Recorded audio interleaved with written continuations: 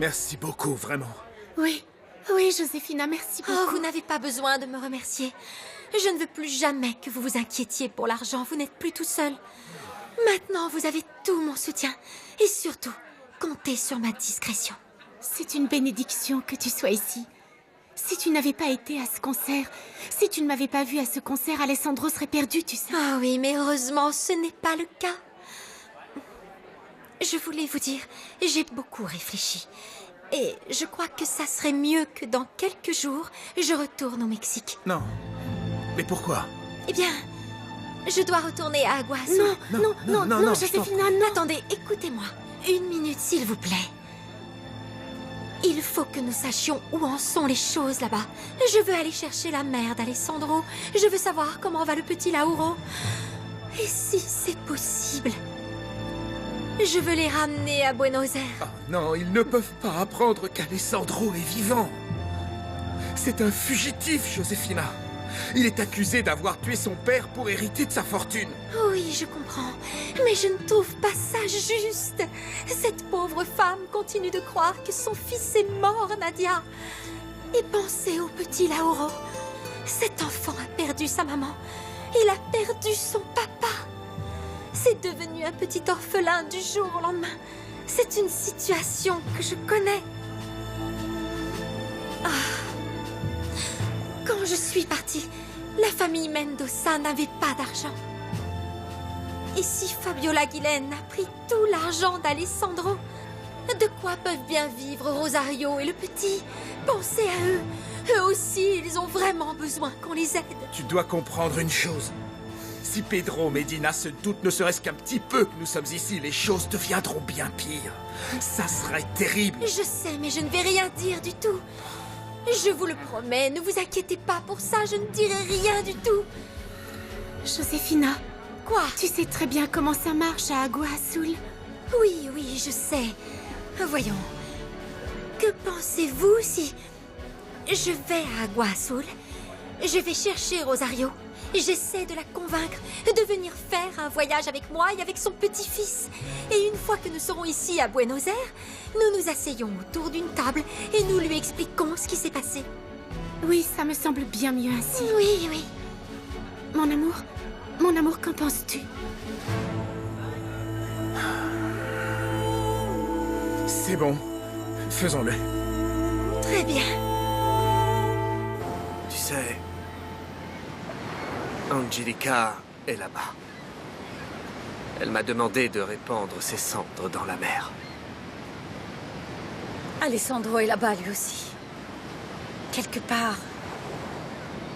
Son avion s'est écrasé dans la mer.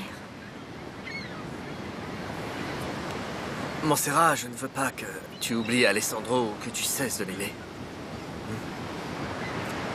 Je sais que l'amour que tu ressens pour lui sera à tout jamais en toi. Oui, c'est vrai. À jamais. Moi non plus. Moi non plus, je n'oublierai jamais Angelica. Elle restera toujours gravée dans mon cœur jusqu'à ce que je parte moi aussi. Tu crois que ces choses-là existent vraiment? Et que quand une personne meurt, elle retrouve dans le ciel les êtres qui lui sont chers? Tu crois vraiment qu'Angelica et Alessandro nous attendent là-haut? Oui. Tu sais, il y a une chose dont je ne t'ai jamais parlé.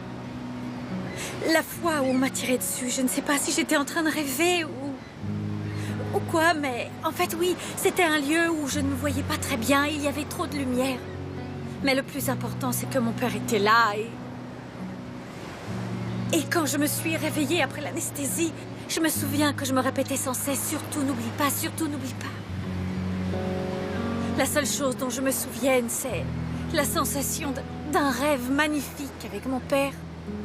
Le jour où je me suis fait tirer dessus, la seule chose qui m'a donné envie de me battre, c'était toi, Montserrat. Je ne me souvenais plus de toute cette bonté que tu as en toi. Tes mots me touchent toujours au plus profond de mon cœur. Et tu penses que je peux espérer que tu retombes amoureuse de moi?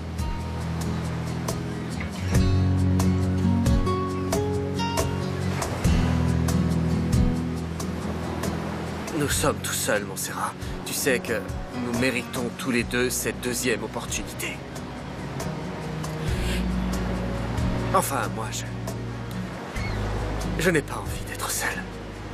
Je ne me sens pas bien tout seul, non. Je ne peux pas. Moi non plus, je ne sais pas vivre seule.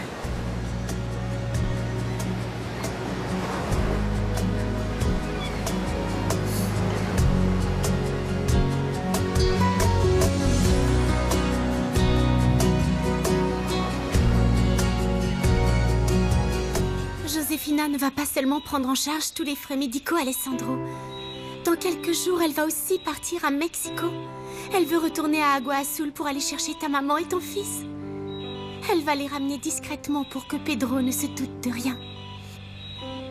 Je sais que ça te fera beaucoup de bien de les avoir ici. Tu as besoin qu'ils soient auprès de toi. Surtout Lauro. Ce pauvre enfant doit tellement avoir besoin de toi.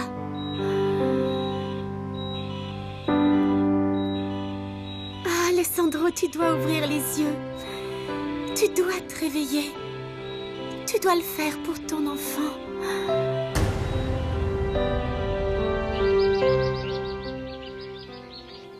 C'est tout? C'est tout? Oh. Mais quel tricheur! T'as gagné parce que t'as triché, dis donc. Non, c'est parce que je suis plus fort que toi, mon oncle. Ah oui, t'es plus fort? Je peux entrer? Attends-moi. Ah bah t'es entré. Bonjour, mon bébé. Bonjour. Comme tu es beau avec tes cheveux courts. Grand-mère! Je t'ai dit 1000 fois de ne pas m'appeler grand-mère. La vieille, c'est ta grand-mère Rosario. Elle, c'est une vieille décrépite. Et moi, tu vas m'appeler Grâce. Un point, c'est tout. Hein? Ne fais pas attention à ta grand-mère. Ne sois pas ridicule. Où est ta sœur? Ma sœur n'est pas là, et Rosario non plus. Il n'y a que moi pour garder Lauro, c'est tout. Oh, tu es si paternel, mon amour. Va dans ta chambre regarder la télé ou jouer, petit. Et le pire, c'est qu'il t'écoute. Oui, c'est bon, c'est bon. Qu'est-ce que tu veux? Je suis extrêmement inquiète pour Montserrat. Et pourquoi donc? Pourquoi? Le marin est sorti de prison et maintenant il lui tourne autour. Tu imagines? Et?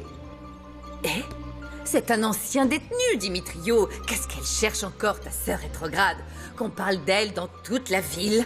Tu viens jusqu'ici dans cette maison où tout le monde se moque de ce que tu penses pour faire un monologue. Pourquoi tu ne restes pas chez toi? Laisse ma sœur tranquille. Ah, mais c'est bon, je ne peux rien te dire parce que tu vas encore faire l'abruti, Maman, comme toujours. l'abruti est plutôt tolérant et patient avec toi. Tolérant, Eh oui, bien, pourquoi sûr. vous vous disputez maintenant? Ah, pourquoi? Princesse en or.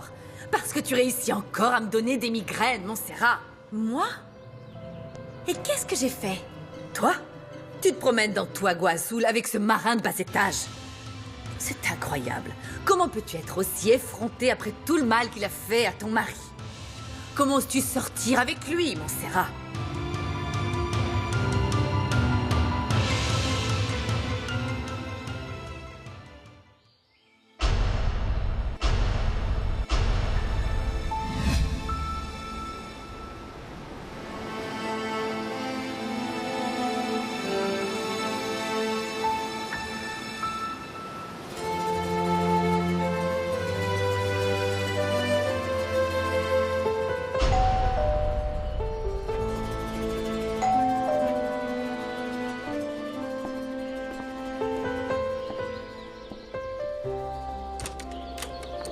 Bonjour.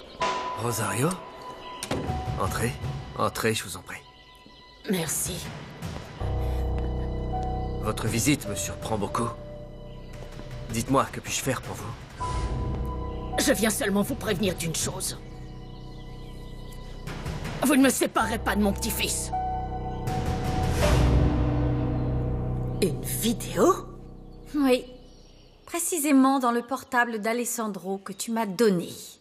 Il contient une vidéo. C'est un enregistrement de mon époux, dans lequel il explique tout ce que José Luis a fait pour l'aider. Eh bien, si j'avais su que cet enregistrement existait, je ne t'aurais jamais donné ce téléphone, fillette. Eh bien, moi, je suis très reconnaissante de l'avoir eu entre les mains. Parce que de cette façon, j'ai pu saisir, comprendre l'énorme sacrifice que José Luis a fait, et cela en pensant uniquement à mon bonheur. Oui.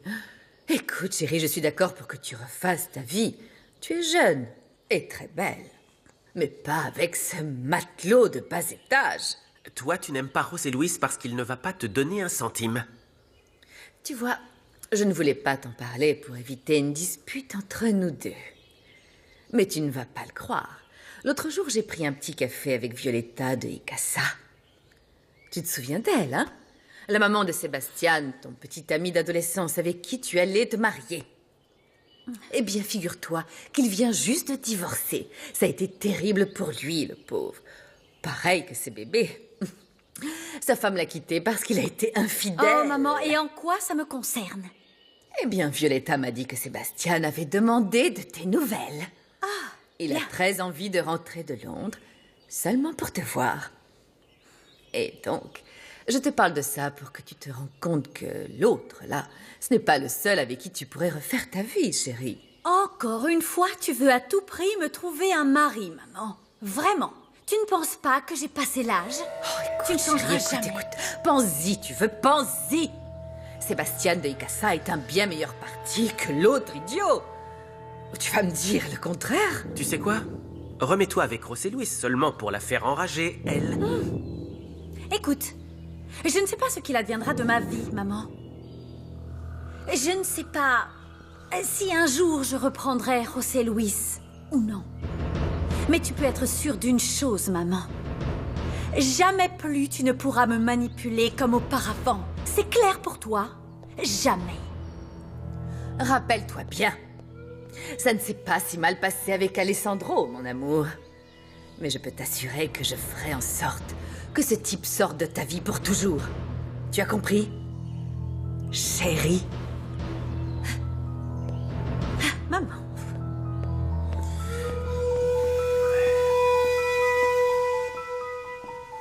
Vous avez besoin d'un peu de jugeote.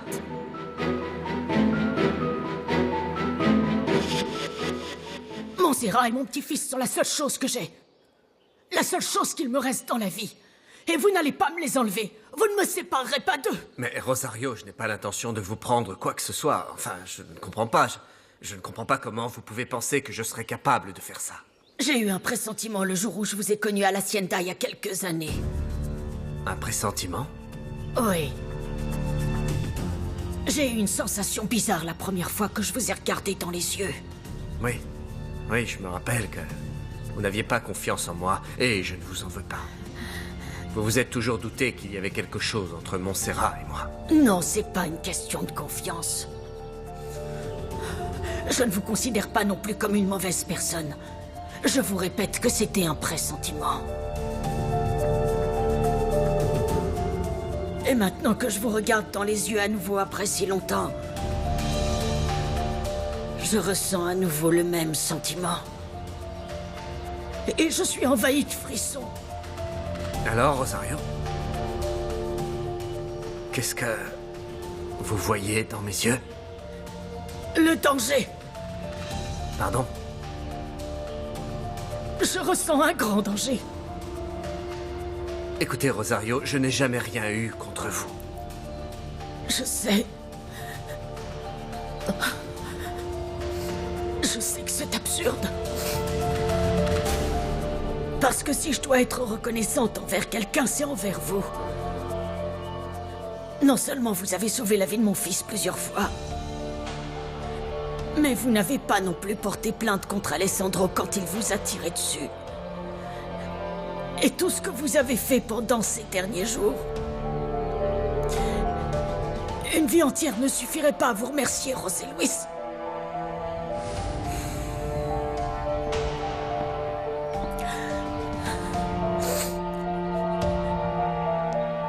Mais il y a une chose en vous. Quelque chose dans vos yeux. Quelque chose qui sommeille. Et ça me fait peur. Si un jour cette chose se réveille.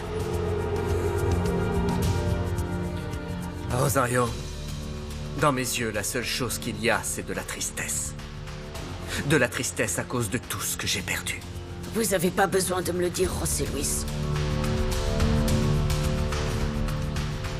Je sais combien la vie a été injuste avec vous. Vous voulez savoir ce que moi je vois dans vos yeux, Rosario? Je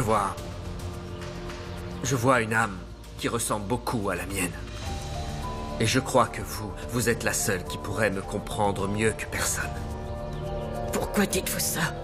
Parce que vous savez ce que c'est de perdre toute une vie derrière les barreaux.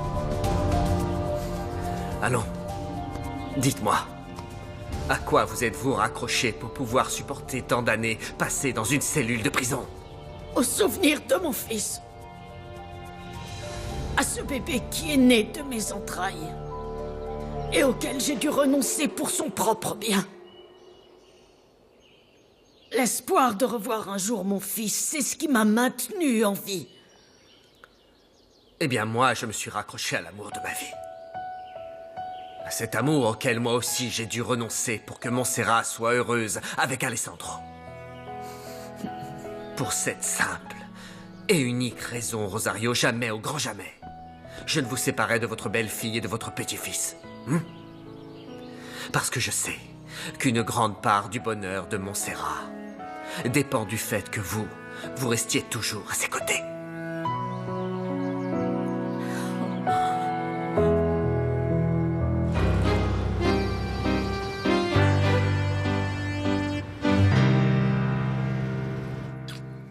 Bonne nuit, mon amour, dors bien.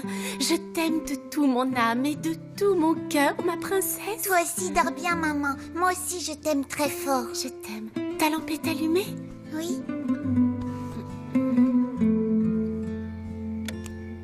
Bonne nuit. Bonne nuit.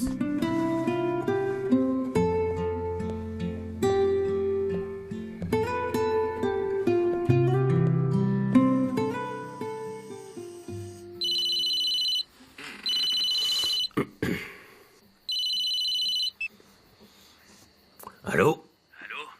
Pedro? C'est toi? Qui est-ce? C'est Carlos Torres. Mon cher Carlos, quel plaisir de t'entendre. Comment vas-tu?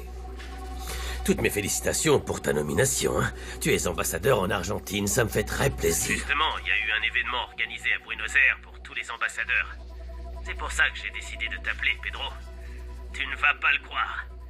Mais j'ai vu une femme qui ressemble vraiment beaucoup à ta première épouse. Mais de quoi es-tu en train de parler, Carlos? La ressemblance est impressionnante. En plus, elle joue aussi du piano comme... Nadia, c'est ça? Effectivement, Nadia Argeles. Eh bien, pendant la soirée de bienvenue pour les ambassadeurs, il y a eu un concert. Et la pianiste qui jouait m'a vraiment fait penser à Nadia. Ah, et comme tu le sais, Carlos, ma première épouse est morte. Il y a de nombreuses années déjà. Oui, je ne suis pas en train de dire que c'est la même personne. Bien sûr que non. Je t'ai appelé seulement parce que ça m'a semblé très étrange. Comment s'appelle la pianiste dont tu parles, Carlos? Attends, c'est écrit là. Elle s'appelle Oriana Soler. Oriana Soler. Elle est aveugle. Je l'ai prise en photo. On ne la voit pas très bien dessus, mais je suis en train de te l'envoyer maintenant par mail pour que tu la regardes.